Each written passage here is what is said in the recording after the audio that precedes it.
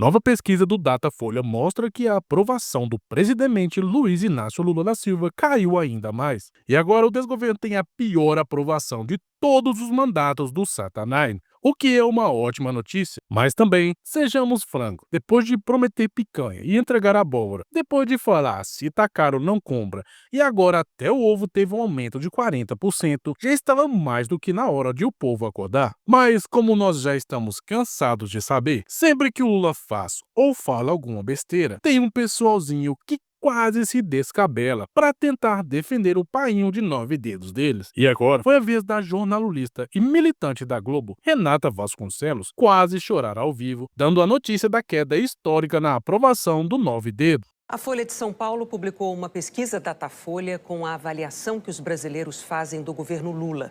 A margem de erro é de 2 pontos percentuais, para mais ou para menos. Em junho do ano passado, 36% consideravam o governo Lula ótimo ou bom. Em agosto, 35%. Em outubro, 36%. Em dezembro, 35%. Agora, 24%. Os que consideravam o governo Lula regular eram 31% em junho, depois 30%, 29% em 2 pesquisas e agora 32%.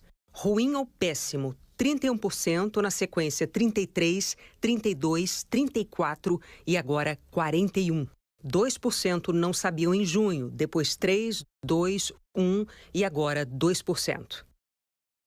O Datafolha ouviu 2.007 pessoas com 16 anos ou mais em 113 municípios, na segunda e na terça-feira desta semana. É muito bom ver esse povo chorando e passando vergonha ao vivo. E é o mínimo que esses militantes merecem depois de ajudar a jogar o país na mão desse Satanás. Mas não se engane, o choro desse pessoal é mais falso do que a picanha que o Lula prometeu. Na verdade, eles têm medo de que se o Lula cair, a Globo e seus agregados caiam junto. Afinal, o Painho é o maior financiador da rede Lula de televisão, mais conhecida como Globo, já que eles não têm audiência e nem relevância para se manterem sozinhos. Eles são os culpados de sempre passar pano para as besteiras que o Lula fala. Mas graças à internet, a máscara do Lula está caída. E quem ainda acreditava nesse desgoverno, tá vendo que o Lula sempre foi um mentiroso e que sempre falou essas besteiras. Quem não se lembra desse vídeo? Eu cansei de viajar o mundo falando mal do Brasil, gente.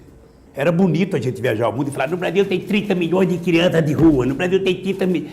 A gente nem sabia, tem não sei quantos milhões de abortos, era tudo clandestino, mas a gente ia citando números, sabe? Se o cara perguntasse a fonte, a gente não tinha, mas a gente ia citando números.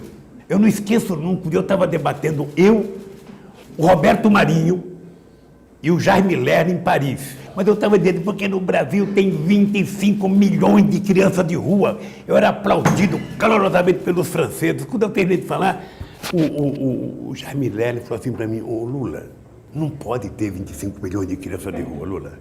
Porque senão a gente não conseguiria andar nas ruas, Lula. É muita gente. A coisa estava tão feia que os caras contrataram até um marqueteiro para tentar melhorar a imagem do Lula. E é claro que isso não adiantou. O Lula é o que é e nada vai mudar isso. E mesmo tentando inventar narrativas e manipulando os números como ele fez no IBGE, o Lula não consegue se manter. Mas ainda assim, com a maior cara de pau, o pai da mentira fala em combater a mentira. E eu jamais voltaria a ser candidato a presidente do Brasil se eu não tivesse certeza de que eu tenho que ser melhor do que eu fui em 2010, quando o Brasil era o país que mais crescia no mundo, era o país que tinha um 7,5% de crescimento do PIB, 13% do crescimento do varejo e a inflação controlada e o salário crescendo. Nós vamos derrotar a mentira, porque 2025 será o ano da verdade nesse país. Eu quero provar que nós somos melhores do que os outros para governar esse país.